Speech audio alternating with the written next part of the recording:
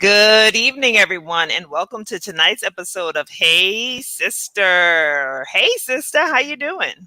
Hey, sister, all is well with me. It's a little chillier than I told you all earlier. I think earlier today I was like, yeah, it's supposed to get into the 80s and the 90s. Apparently, the 80s are later this week, so it was a little chilly today, but all Well, good. it was 87 degrees today in Orlando, Florida. It was a nice day. I tell you, I got outside, but that sun will whip you like you've never been whipped before.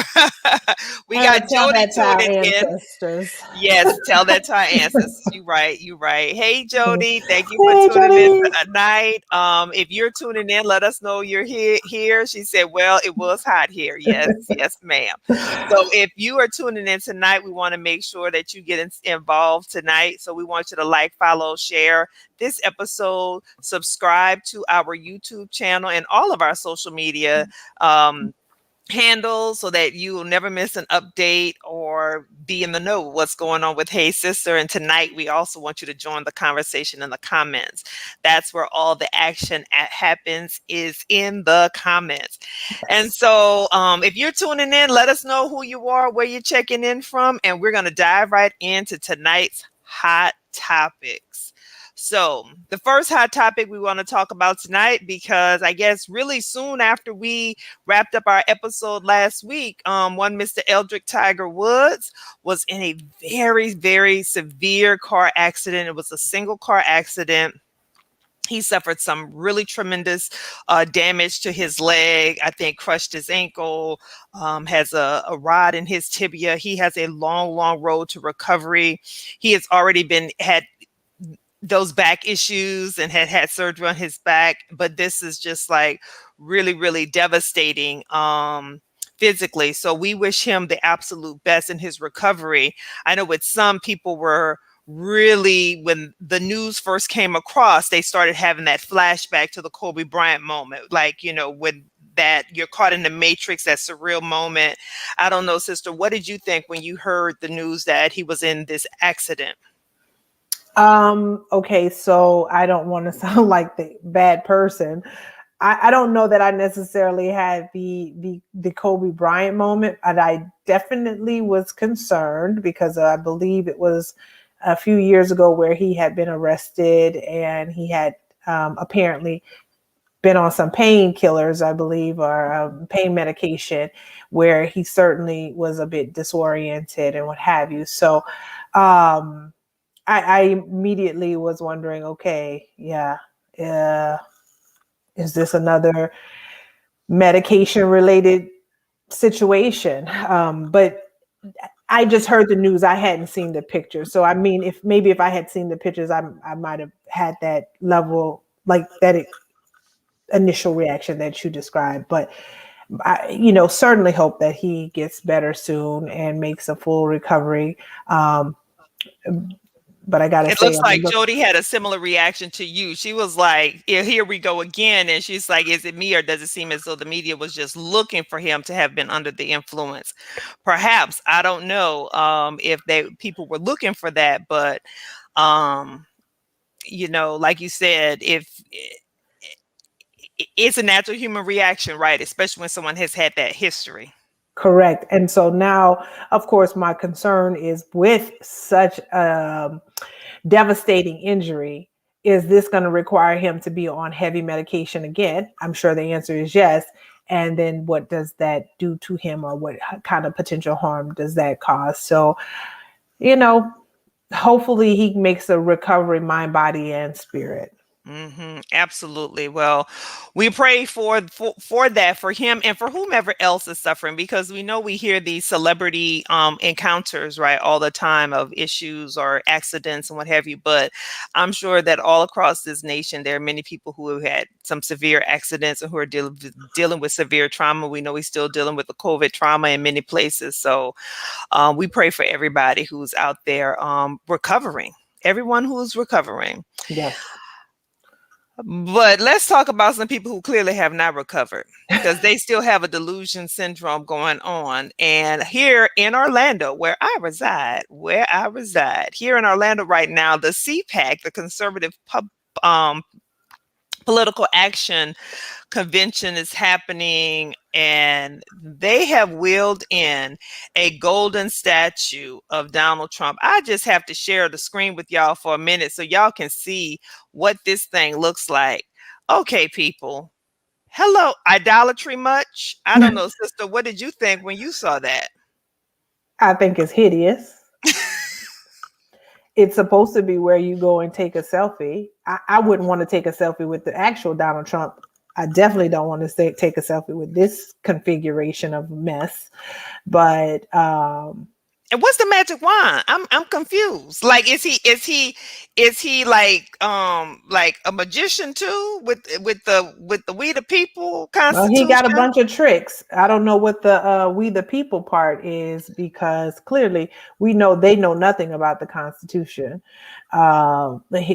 He nor his administration, pretty much most of the people who were in his administration who stayed on board, and certainly not the ones who are still following him to this day. But I think it's apropos for a bunch of people who are following and idolizing a man as opposed to what they claim to be Christians.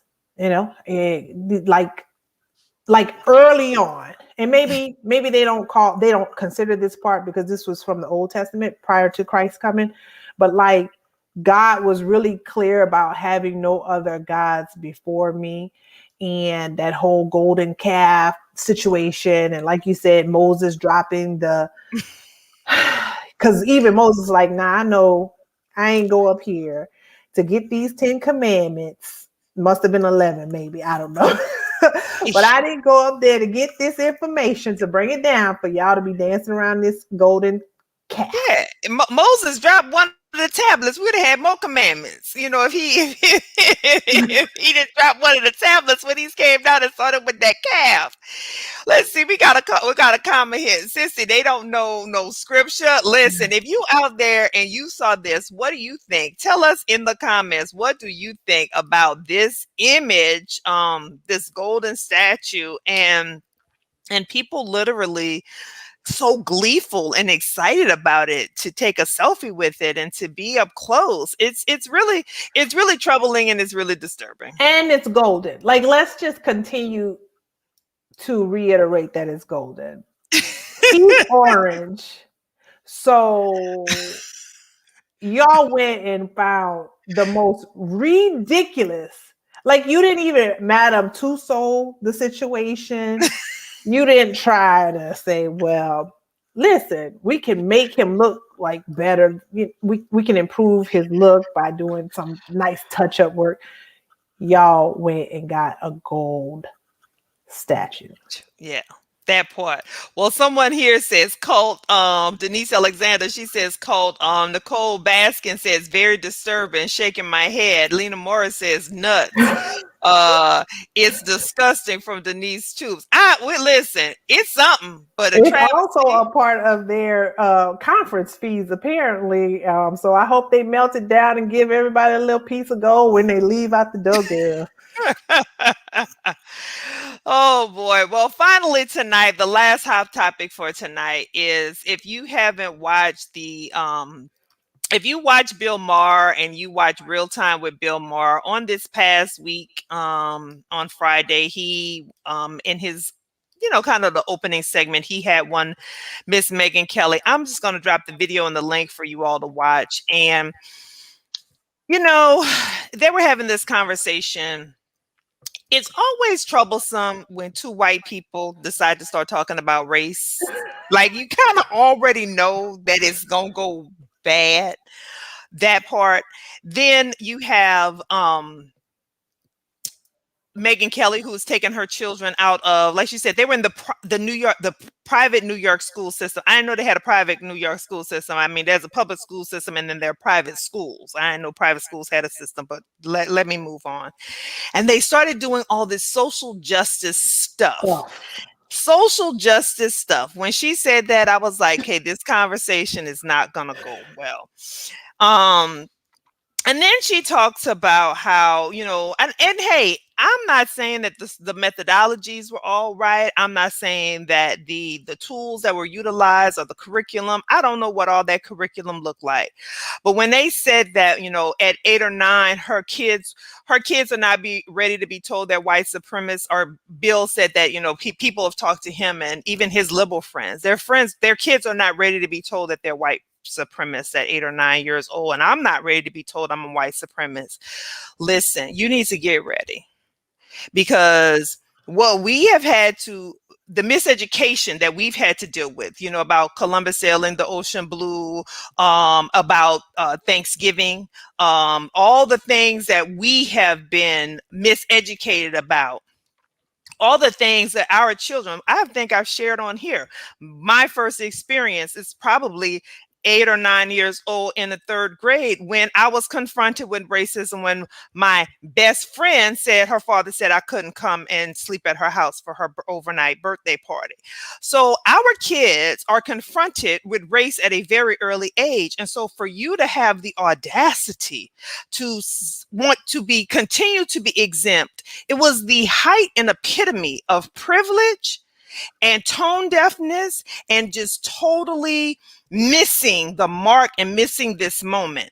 Now, Megyn Kelly already is problematic, because this is the woman who had the nerve to say on her TV show, because we all remember when she said it, she was still on Fox at the time, that look, everyone, look, kids, Santa Claus is white. No, your Santa Claus is white, because Santa Claus is a fictional character. Now, we want to talk about St. Nicholas and who he was, and the more than one St. Nicholas who there was, like there was more than one St. Valentine. We can talk about that. But no, your Santa Claus is white. The fictional Santa Claus is white. My Santa Claus is a black man. Mm-hmm. And he looks just like my daddy too. Okay. Can I sing the song for you? Right. For you who, when you had your show on NBC and you almost got kicked off NBC, then they eventually fired you because there was such a backlash, and people had to come on and educate you, because you were like, I'm sorry, I didn't know. You didn't know that putting blackface on for Halloween was not okay. You were the one who was like, oh, I think it's okay. That's you. And then you come back the next day all apologetic. No, ma'am. And then you, the all same Megyn Kelly, who had the audacity to address Michelle Obama, or say about Michelle Obama that she was Barack Obama's baby mama, the person who he's been married to for over 20 years. No, ma'am. You most very well, you may not want to be told you're a white supremacist, but you clearly need to understand that your behavior, your tone, the things that you have said, you are not center right. You are most definitely benefiting from the privilege of your skin.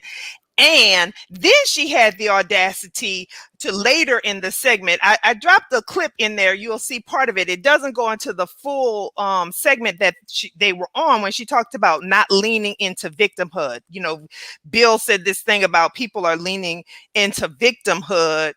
And she was like, yeah, because even with me too, that I was a victim, but I don't need to lean into the victimhood. Victims don't have to lean. If they've been victimized, how they process their victimization is their business, not yours.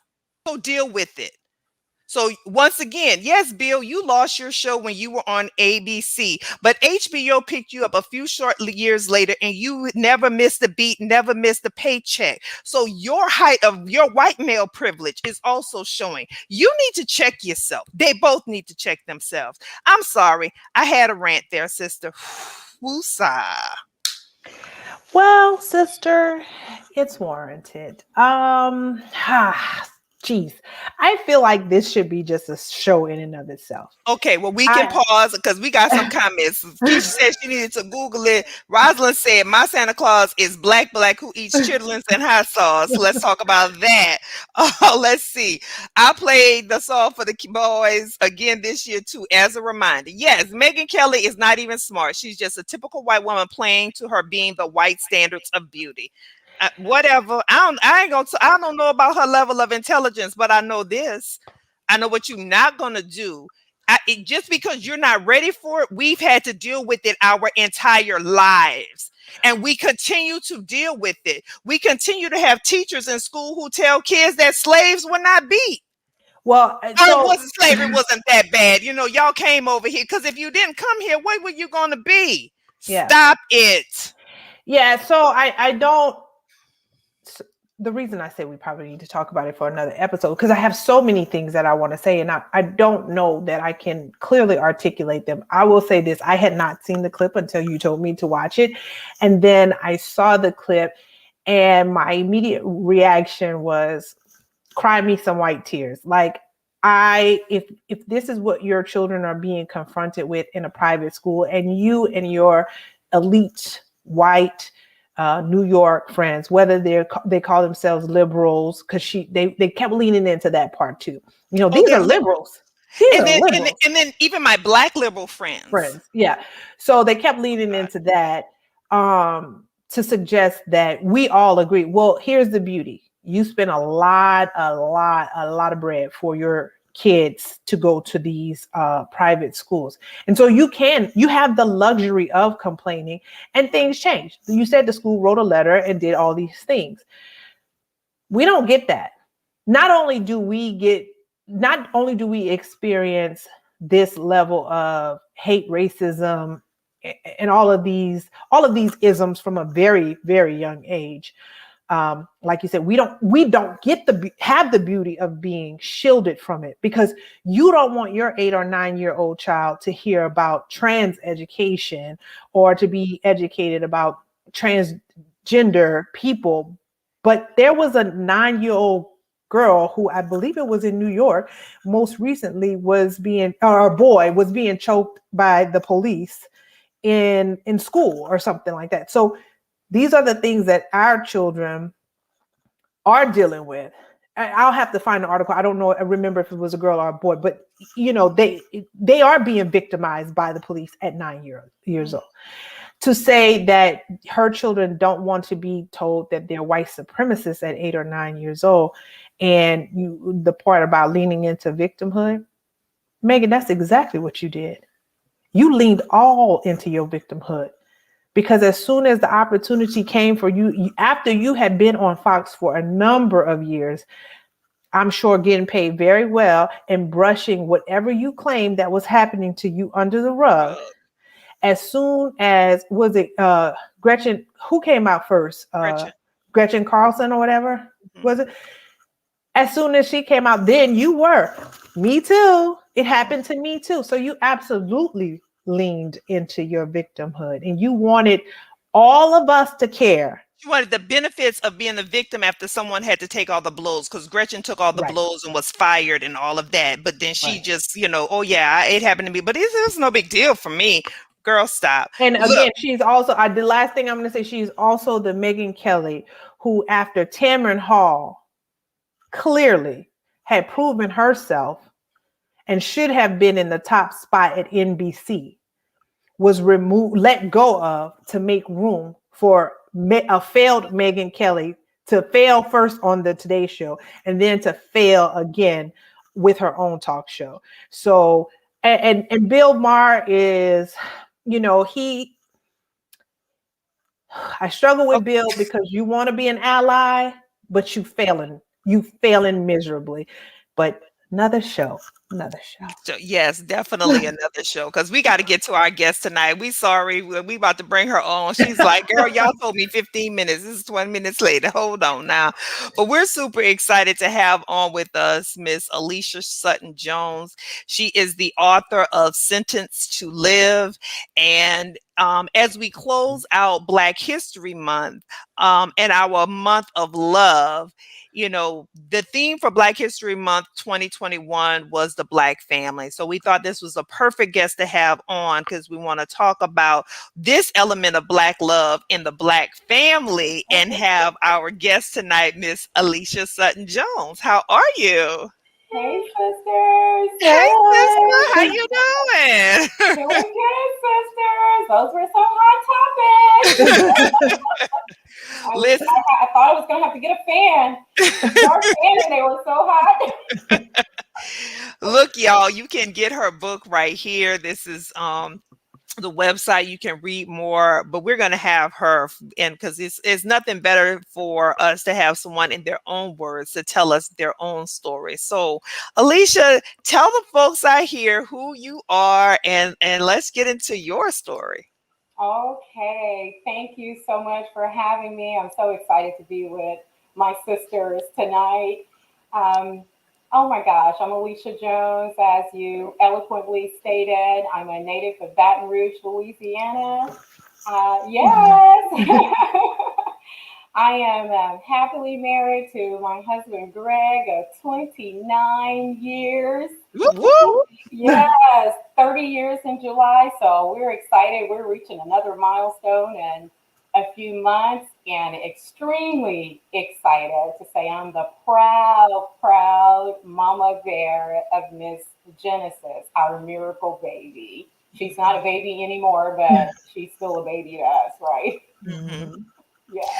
So then tell us about Genesis and tell us about your journey. So Sentence to Live is about, you have this beautiful angel, you have a daughter that has special needs. Yeah. And so tell us about your journey and your journey with Genesis.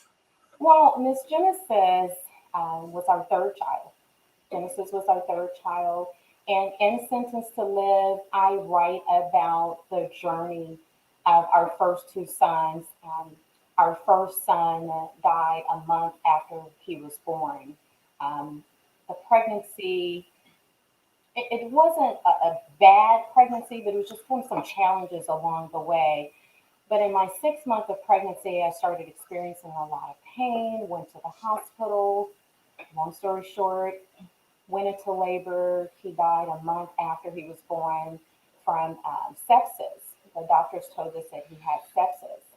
And because we're just crazy like faith people, sisters, we decided to try again 2 years later. And here comes Mr. Christian, delivered at 5.5 months, almost 6 months of pregnancy again. And he died during delivery. Died during delivery because, sisters, crazy like faith, let's do it again. Here comes Miss Genesis. Pregnancy was going really well. We met a doctor who determined that I had an incompetent cervix. So it took two to bury two sons to determine that I had an incompetent cervix. So I was on bed rest almost the entire pregnancy. Literally at 3 months of pregnancy, I was on bed rest until she came at 37 weeks. And during the delivery with Genesis, I decided to take a walk. I was in the hospital probably the 3 weeks before she came at 34 weeks. And I was taking a walk down the hall and felt this pain that was unbearable. Come to find out, my uterus had ruptured to pieces. Uterus ruptured to pieces, was rushed to delivery. And my poor husband, the doctor said, hey, Greg, scrub up. You're about to be, a dad again. And he's scrubbing up. And I could tell by the look on the doctor's face that it wasn't good. And Mm. he literally told my husband, I'm sorry. I know I told you you could be a part of this journey, but I'm going to have to ask you to leave the delivery room. Mm. So he left the delivery room, and Genesis suffered a lack of oxygen to her brain due to my uterus rupturing. She was given literally days to live, just days to live. Excited to say that she's 21 years old now. So days turned into years, many challenges along the way. We were told to place her in an institution. You're not going to be able to take care of her. It's too much. She was blind, deaf, couldn't. I don't know if you guys can hear in the background. Of course, Greg is not standing next to me because this show would have turned into Hey Jen instead of Hey Sister. But the journey was just, it was a rough journey. It was a rough journey. Wow. Hearing you say about the incompetent cervix reminds me of the Wendy Williams movie, because she talked about that. It took her Yes, 5 losses yes, before a doctor, and we said we have to do a separate show on this, sister, yes, about in the Yes. healthcare system, yes. how it took her 5 losses for a doctor to finally say, "Oh, it's just your cervix is the problem." And she's like, "I mean, I had to go through this that many times for you to Yes. say that this was She the needed issue, to lay down, that she basically. needed to lay down." And so Hmm. that's so very just hearing you say that, after having 2 losses. And but what does that do to you? You said that crazy amount of faith. Tell us about your faith. Yes. I could not have made it this far without my faith in God. Mhm. I prayed, and after the first loss, it was like, okay, God, I hear you. I'll just, be encouraging to others. And when it happened again, I was like, okay, wait a minute. This is becoming too familiar. What's interesting is that it wasn't until recently, maybe a few years ago, that I realized that this has been a major issue, a major topic amongst African American women with this particular segment, the cervix. And I'm sure you guys saw the story a few months ago with Chrissy Teigen and John Legend, Mhm. Mhm. where she had to have a blood transfusion and what have you. And I too, after I had Genesis, I was told you're going to have a blood transfusion. You lost so much blood. You're going to have a blood transfusion. But my faith in God really, really helped me through the journey. I journaled a lot. So when I got to that point where I was depressed, because I was depressed, I was sad, I was shocked that it happened. And it's like, wow, this is not happening to me.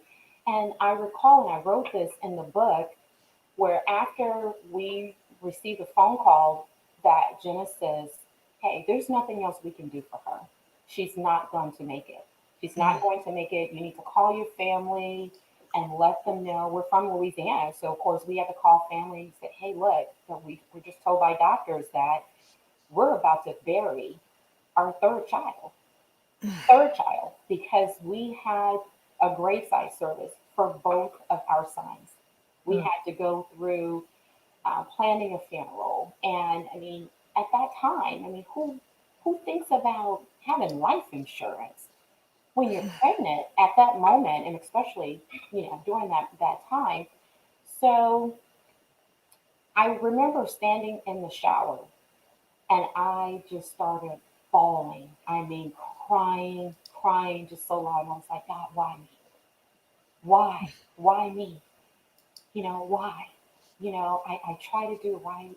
I try to be kind to people. I try to be encouraging to folks. Even though I lost those 2 kids, I continue to go to baby shower after baby shower, Mm. encouraging my friends and crying on my way to the shower, but trying to be bigger, that it's not about you, Alicia. It's not about you. And in the midst of standing in the shower, I just heard the voice of God say, it's not about you. Oh. It's really not about you. Now, I know it sounds tough to hear, but had I not gone through those losses, I would not be able to write Sentence to Live or encourage women who have experienced loss or just any type of loss, period. Hmm. Wow, that is such such a powerful story. Um, one of the challenges for couples Mhm. is, and especially with raising a special needs. So you had these 2 losses, you raising a special needs child. How did you keep your marriage together? Mm. Like, tell us about your marriage. You're about to be 30 years. You're like, hold up. I'm just 30 years old. How have I been married 30 years, right? Look, I always say for us, it was cultivating it, the marriage, pruning it, and watering it. And Okay. without doing all of that, it doesn't grow. your marriage won't grow. So even in the midst of those losses, um, there was even a time where my husband was depressed with the losses. I think when we got to the second loss, it was like folks were gravitating to me. Oh, are you okay? Are you all right? Are you okay? And he's in the corner and no one is saying anything to Mhm. him, not realizing just because he didn't go through it physically does not mean he didn't experience it spiritually, mentally. He was suffering. And so consoling him in the process of that, but we just kept each other encouraged. You know, we kept each other encouraged. I mean, even and now, as I stated earlier, I'm here with you guys, but he's in another room taking care of her to make sure I can hang out with Hey Sister, so it doesn't become Hey Jen. But just having those days, we had to realize that we needed help. Mhm. And I think that's one of the important things, to accept the fact that we had a special needs child. Because so many families go through the process and they don't accept that they have a special needs child. And I think first, in order for you to grow through it with your marriage, with your relationship, you have to accept what it is. And so we had those moments where it's like, hey, okay, I'm looking at you, you look exhausted. You okay? Mm. Okay, I'll get up tonight, you get up tomorrow. And although she's 21, it's still like taking care of an infant. We still have to do shifts every night. And Wow. so we keep each other encouraged. And last night, for instance, he was like, hey, I know you have your Hey Sister tomorrow. I'll get up with her so you're not online with bags under your eyes. So just acknowledging, what's going on and keeping an eye on each other. Um, it could be a day where I've had a long day doing an interview or whatever. Hey, I got dinner. I'll pick up some food for us tonight. Don't worry about cooking, or um, you know, let's go watch a movie. Let's have a date. We're in the middle of a pandemic, so we're going on dates in the living room, in the loft, in the bedroom, and I mean, hey, it's legal, right? Yeah. So we're making the best of it, going to the beach and where we can social distance and what have you. So just keeping each other encouraged and checking on each other, keeping our line of communication open and keeping it real with each other. Just keeping it real. And it's important. You can't move forward if you're not open and you're not communicating. All right, that's beautiful. Ooh. I'm typing, trying to type all of those good because whether you have a special needs child or not, cultivate, prune, and water your marriage, or it won't grow. Like that. Facts, people. So for those of you out there with the our theme is love this month. If you are in any relationship, if you don't cultivate, prune it, and water it, if you don't put in the work, if you don't keep each other encouraged, if you don't keep it real with each other with your communication, then you will have some of those challenges. I know, sister, you wanted to ask a question. Yes, Miss Alicia, my fellow Southernite. I have to throw that out there that Miss Alicia is a graduate of the Southern University and A&M College in Baton Rouge, Louisiana. Yes. I had to have a little blue though. Come on, because my sister has all the Xavierites on and she's always throwing it out there. So Oh, but when you heard that voice of God say basically this is not for you or about you, how did that then translate into, okay, I'm gonna put this in a book? And what was that process from hearing from God and then going writing sentence to live? it took me a long time, literally 14 years to be exact. 14 years. I received phone calls from different friends, family members who said, hey, so and so had a loss, miscarriage, stillborn. Can you just call, or can you just encourage them? Just go stand at their side. And it happened so much that a few friends were like, hey, you really need to write your story and share. And I started writing and I put it down. I start writing again and I put it down. And I think just writing it and reading my own story, I was like, whoa. But In the process of writing it, I felt the healing, my healing, begin to come forth because sharing is healing. And the more I share, the stronger I got. The stronger I got. I just kept sharing and decided to just put it into words. And Sentence to Live is a snippet, of course, of the entire journey because who knows how many pages that book would be if I was to write every single thing that happened. But that's really how it started, just sharing with individuals who were experiencing loss on different levels. And not just with the loss of the pregnancy of a child, just with loss in general. Loss is loss, and there's no prejudice or no matter what color you are, you're going to experience loss. Mhm. And no matter what you believe in, you can believe in God or not believe in God, you're still going to experience loss. Yeah. So that person still needs encouragement. So even with that, having to encourage folks along the way who were not believers through the process. Well, I love the title, Sentence to Live. How did you come up with that title? Ooh. Well, with Cameron passing away, sentenced to death with Christian, and then Genesis, here they say she's not going to make it. This is not going to happen. She's not going to be able to do this. This is not going to happen. And sentenced to live. It just made sense that she was sentenced to live, not just Genesis, but Greg and I. I mean, the journey could have been different, as you stated. Being married, having a special needs child. There's so many families that go through challenges and they don't make it. So even with our marriage, we were sentenced to live, and Genesis sentenced to live. I was sentenced to live. So the topic just made sense, and it was just catchy because you look at it and it's like, okay, did you say sentence to life, or did you say sentence to live? Sentence to live. Hmm. I Totally. love that. I do too. Wow. Whew, okay. We got a comment here from Yeah. Denise Alexander. She said, "You're what the old folks call a living angel." Oh, So, thank you, Denise. yeah. Sister, I know you had another question. Yeah, so I just wanted to say, so obviously, after experiencing so much loss and then still having to, do the day-to-day stuff, what do you do to take care of yourself in this process? I don't start my day, sisters, without reading my devotions. I write in a journal. I have a journal that I keep at my bedside. I write in my journal daily. I read multiple devotions and I pray.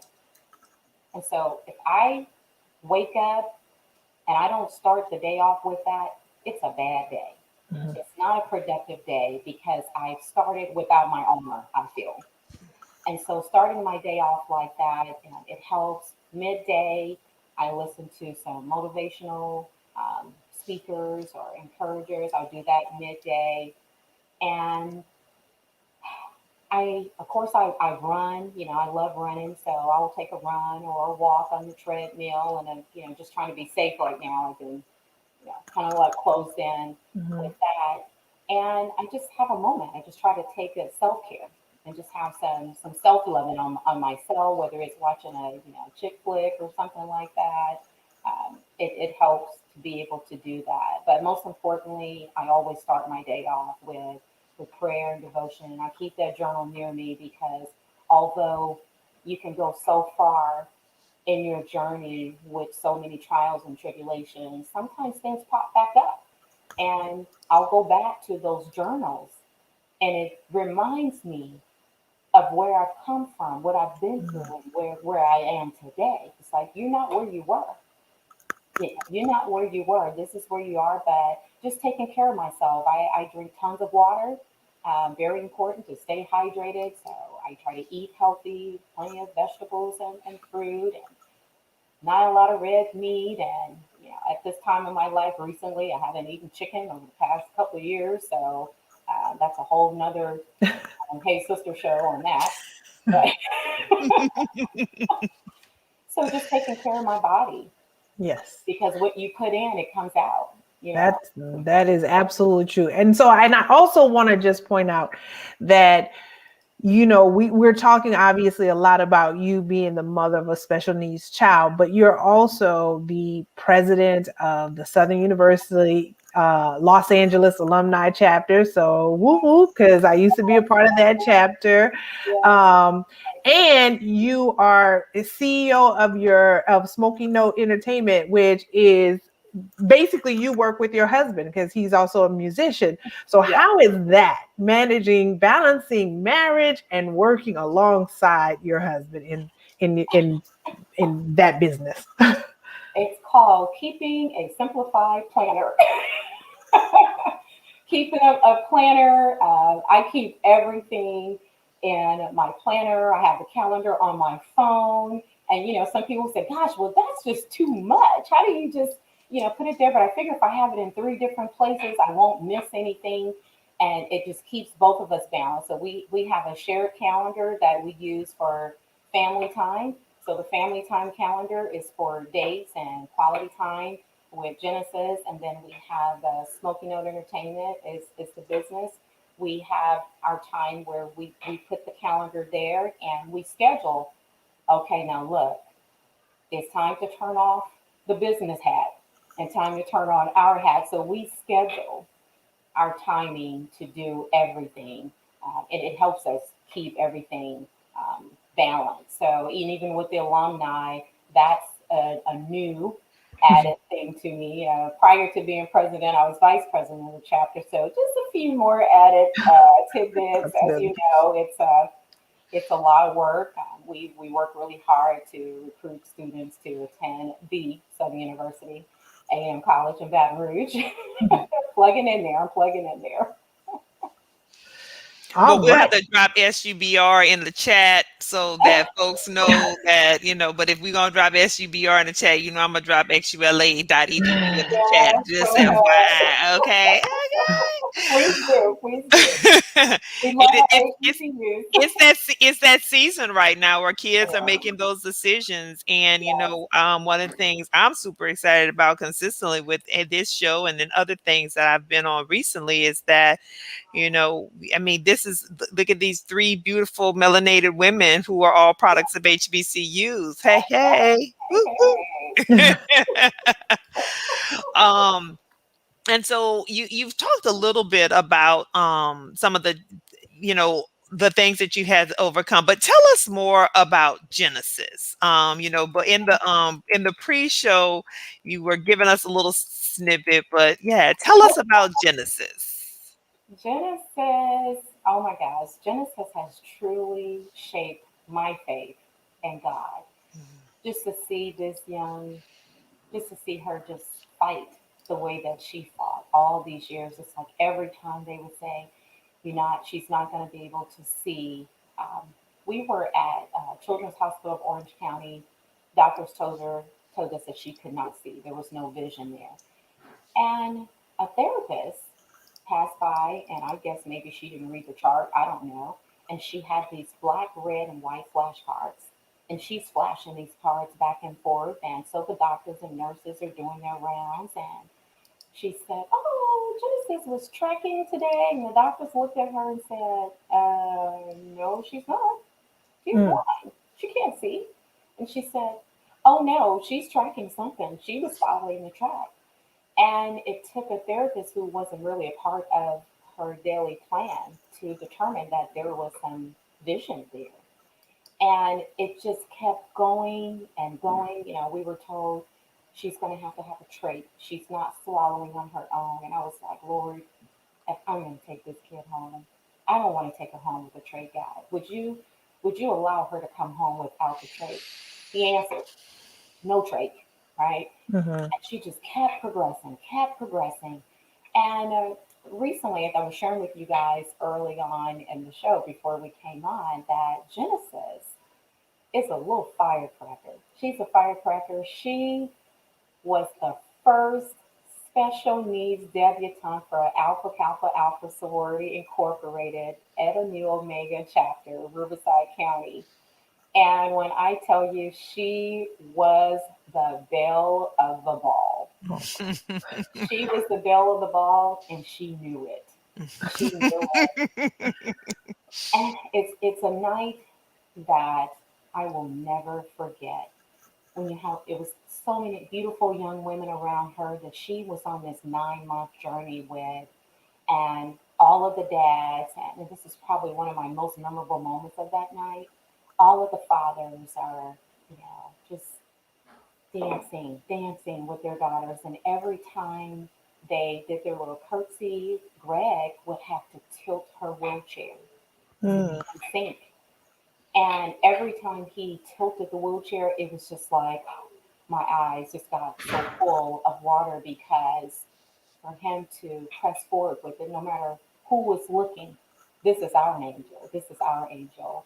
God allowed her to do this, and it was that she made history.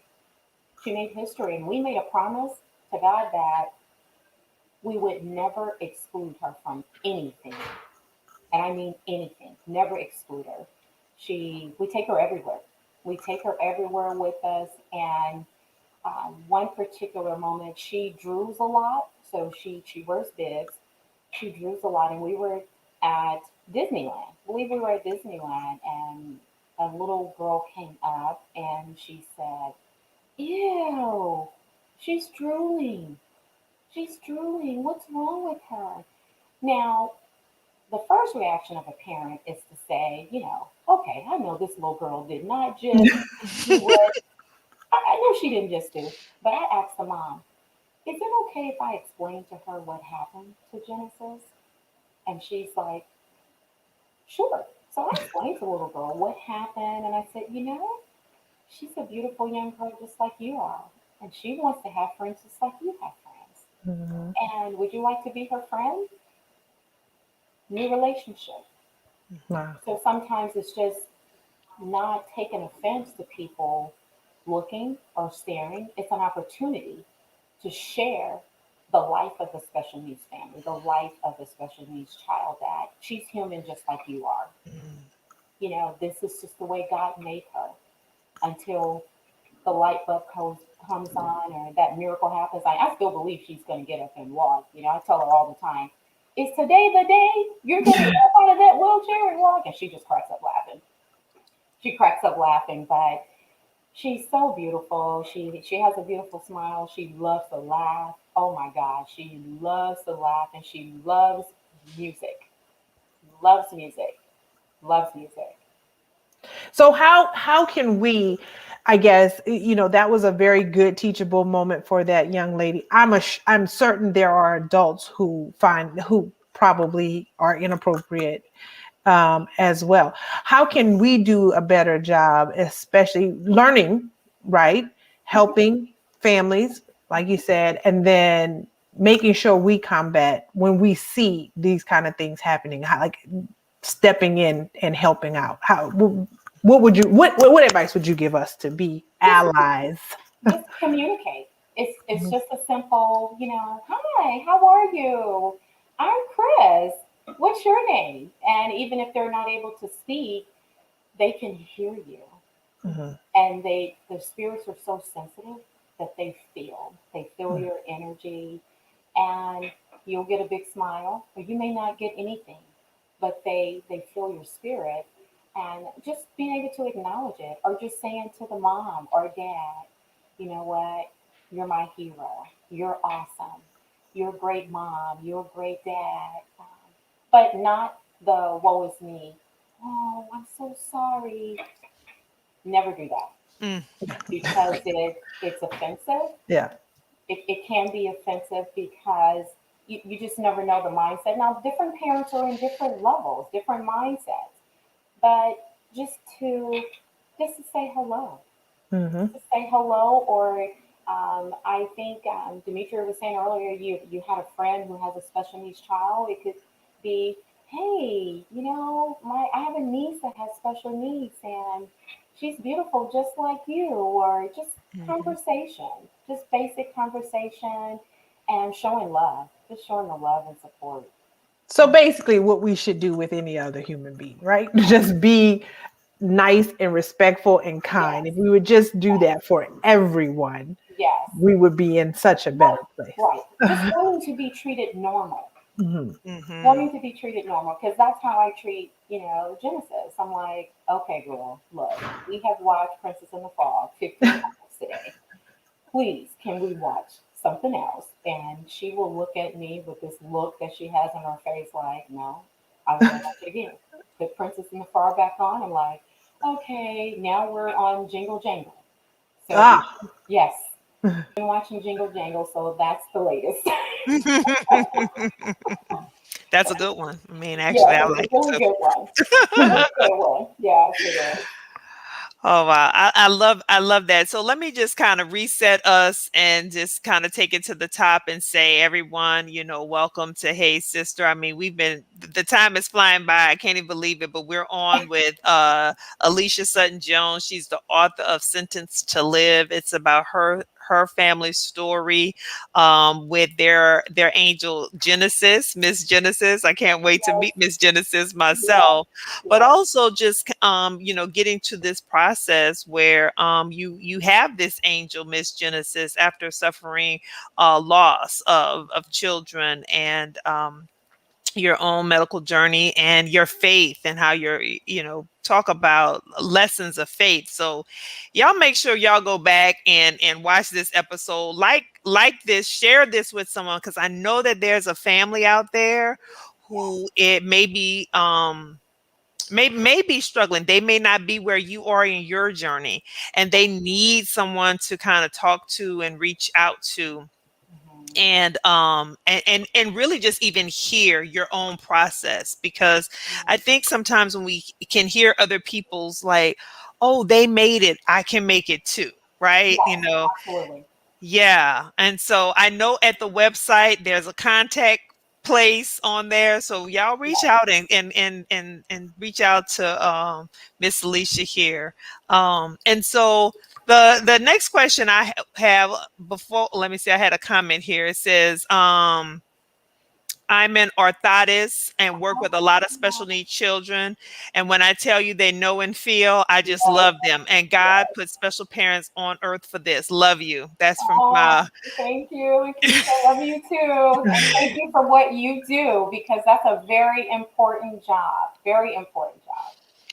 Thank you.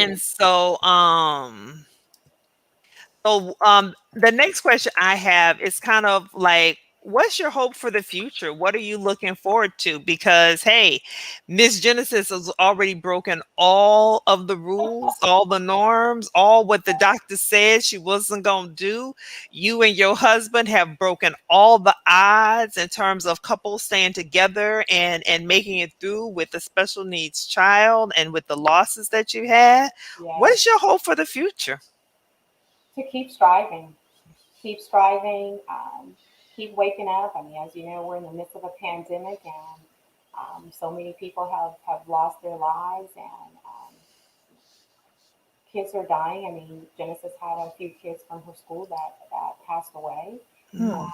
And just staying focused, keeping folks encouraged and encouraging one another. And I'm working behind the scenes on another book, so that's a part of the future for myself. And with Miss Genesis, I want her to get up out of that wheelchair and walk.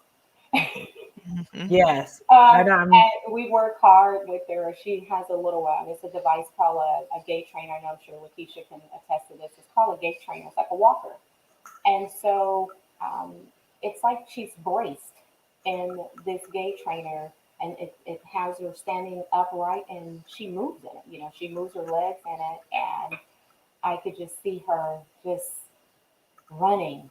I just visualize it running. I have friends that tell me all the time, hey, I could see her playing the piano and singing and doing ballet, and but just love and light for the future, and just taking one day at a time, because tomorrow is not promised. And so I try not to get too far ahead, just taking one day at a time, encouraging folks the best that I can, as much as I can, because we're living in a dark world right now. We're living in a dark place. Yeah, absolutely. I know, sister, you have another question. You all are live with Hey Sister. This has been such a beautiful conversation. Oh my gosh. Yeah. Yeah, I mean, I do have a question. I just wanted to say, your spirit is so beautiful. Your Oh, energy is so beautiful. And, you know, I just feel like there's a lot of people wouldn't see the positivity, in this, and they wouldn't understand how the blessing. And you yeah. talked about your faith to start off with. So, you talked about your devotions and journals, but maintaining your level of positivity and just and the blessing that it has been to be a mother to Miss Genesis. What, like, just how do you maintain that level of positivity and just such a good energy about you? Surrounding yourself around positive people. And you know what? Our parents say back in the day, birds of a feather flock together, right? So just surrounding myself around positive people. I have just prayer partners that I pray with on a norm. Friends, I have a circle of friends that we've been close over the years, and of course, I haven't been able to really see anyone because we're trying to practice social distancing. So that has been say, pretty tough. But there's Zoom and FaceTiming and all of those other platforms. But surrounding yourself around positive people and not succumbing to toxic relationships, knowing that, sometimes you can have people that are draining, and recognizing those relationships and not allowing it to pull you down or pull you back to move forward. It's like, okay, you know what? I like Chris. She's really positive. She's going places. I want to get to know Chris. Demetria, man, she's smart. I like how she does Hey Sister, and I think I want to do something like that in the future. Connecting with Demetria said, hey, I love your style. I think you're awesome. And just stepping out of bounds, and getting outside of our normal circle, because sometimes we stay within our box, Mhm. but stepping outside of the box to meet someone new. I'm not afraid to meet anyone new. Um, you can kind of like tell them like, hey, something about her, something about so and so, and I'll go up and introduce myself. Hi, I'm Alicia. Blah blah blah blah blah. What new relationships, happen from that. So, and this book was written. A friend of mine knew a publisher, a small publishing company, and she mentioned me to this publisher. And I said, well, I'm almost done. And he read it and he was like, oh, you need to get this out. What are you waiting on? What's Mhm. going on? New relationship. And from that relationship, another friend said, hey, can I meet this publisher? So it's just connecting with positive people. And then sometimes you have those relationships that may not be as positive. That may be an assignment for you, Hmm. Mhm. because I Yeah, I believe might have a few assignments yeah, then. sometimes we have assignments. They're tough, but Mhm. again, it's not always about us, but just being careful again, not to let it take you down, because some people will drain the life out of you, and you can't allow um, Mhm. that to happen. And I tell the students that we recruit here in Southern California, when you go to the campus, surround yourself around positive people. Not to Mhm. say that, okay, I don't want you to be stuck up and not say hi to folks, but even teaching that to our students that we recruit, be the light, be that light. Be that light. Well, I you love that. certainly are the light. To say you're only 30 years old, you have all sorts of wisdom. And Well, yeah, like I'll say, I've been married 30 years, but right. I hit that milestone of 50 last year. Jeez. Oh, wow. Yes, I did. Yes. When Let's you see. hit it We and got you're looking good, it's all good. listen.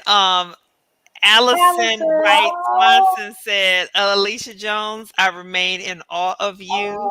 hey, And then we Al. have a question here. It says, has going virtually been a benefit or lessons learned for Genesis, like during Mhm. this pandemic? I'm so glad you brought that up.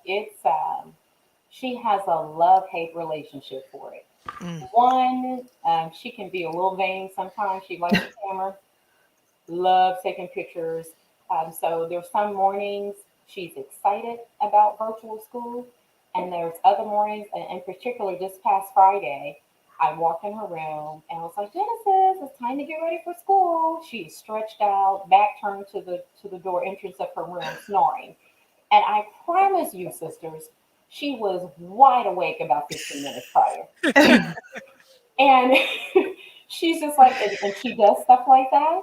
And so when she's on the camera, it's tough. It's really tough for the kids because she's not able to talk. She's nonverbal. And so she has a communication device. So I have to go to different prompts on her device. And Mm. she looks at her device and she can tell you if it's sunny or cloudy or rainy or today is Monday. So she has to look at the answer. And this is new for her. This is really new for her, but it's a struggle.